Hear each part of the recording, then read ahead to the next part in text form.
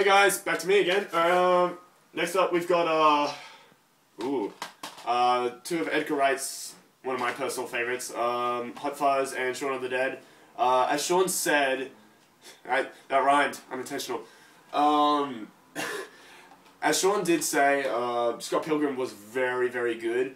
I think in my opinion though, I think it was aged for a younger demographic, like our judge generation, like, I don't know, fresh out of school, early 20s, mid-20s, early 30s. And there are a bunch of reviewers out there that didn't understand the humor because they were old and they didn't understand and they were old. And I think the humor in this just goes with everyone. Like, was it a bit where they go with the whole Point Break bit where he fires his gun up in the air and they're like, oh, it'd be cool if you fire your gun up in the air. And then we got Shaun of the Dead where he goes to the shops and then he's so hungover that he can't recognize anyone who's just got, like, he's hungover and is a zombie, because I think they were good, they were very good. I definitely recommend getting the pair of them. I got a twin pack, so definitely try and get your hands on them, worth it. Next is Get Him to the Greek with Jonah Hill and Russell Brand. The first time I watched this, it was good. Second time I watched it, it was alright. It was alright, just alright. Third time, I was like, what is this piece of shit? I literally, why am I watching this? Why? It has no rewatch value. It's kind of just hollow. It's got like its humor is funny, and the whole idea of like the microphone on the vagina, and yeah, it was and then Jonah Hill saying that he got raped, and I mean that was kind of funny, but then like its humor just died off. So I wouldn't recommend buying it. I'm gonna watch it, but I wouldn't recommend buying it. Next is Kick-Ass. This is the comics edition, so it's like got a really cool art on it, like graphic novel art. The cover for it, the real one, is under here. Kick-Ass was a good movie. It does have rewatch value, unlike Get Him to the Greek. I definitely recommend getting Kick-Ass. It's Kick-Ass. Next we got Scarface. Now, Sean loves this movie. He loves it. I don't really like this film all that much. It's good because of the message it sends out, how like money can corrupt nearly like anyone in its path. Like money will just do it to anyone. But the overall performances and stuff, it is quotable. It's got rewatch value. I just didn't feel it. I didn't really love it. Sean loves it, but I'd buy it, but I mean only for like $20, $15, something like that. Next is Inglourious Basterds. I cannot stress this enough how everyone rags on this film. I really like this because it just takes a lot of imagination to think this up. Like with the whole like Hitler being shot in the face and stuff. Oh man, it was beautiful. It was beautiful.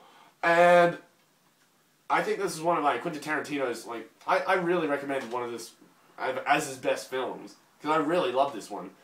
And the whole like prison scene, oh man, it's beautiful, so beautiful. And I do recommend buying this because I bought it as soon as it came out. Please, back to you. Okay, next up guys, we've got Iron Man, and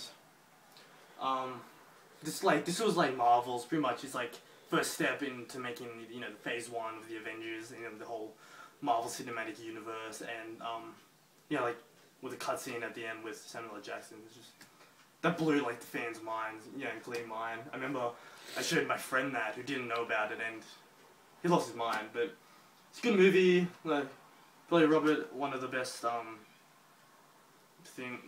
acts by Robert Downey Jr., and it's a good one. The next up we got Iron Man 2, which is the sequel to Iron Man, of course, and you know, it was alright. It could have been better. It just kind of seemed like the same old shit, you know, like, he's famous, he's arrogant, he's rich, and, you know. Also, Mickey Rourke as the villain, he was really good too. Really good. And then next up we got X-Men First Class. and this was the reboot to the whole X-Men franchise. Really, you know, like after X-Men: The Last Stand kind of ruined the whole X-Men franchise. But you know, Matthew Vaughn came in and directed it, the new X-Men, and really did a good job. Like especially Michael Fassbender as Magneto, he was amazing. And also, this is the Steelbook. You know, pick this up really cheap too. If you find this, you should totally get it. Next up, we got the Spider-Man trilogy. This is the original trilogy by Sam Raimi. We have Tobey Maguire, and I guess I'll go through each film. Okay, so we got first Spider-Man, which is it's one of my favorite movies. I remember, you know, like early 2000s. I remember seeing that in the cinema.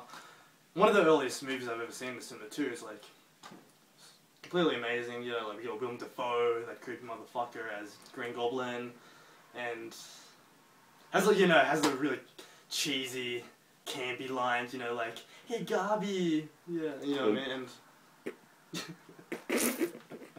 and then I guess Spider-Man 2, which is even better in my opinion than the first one. You know, Doc Ock, he's probably one of my favourite villains of all time, he was just awesome.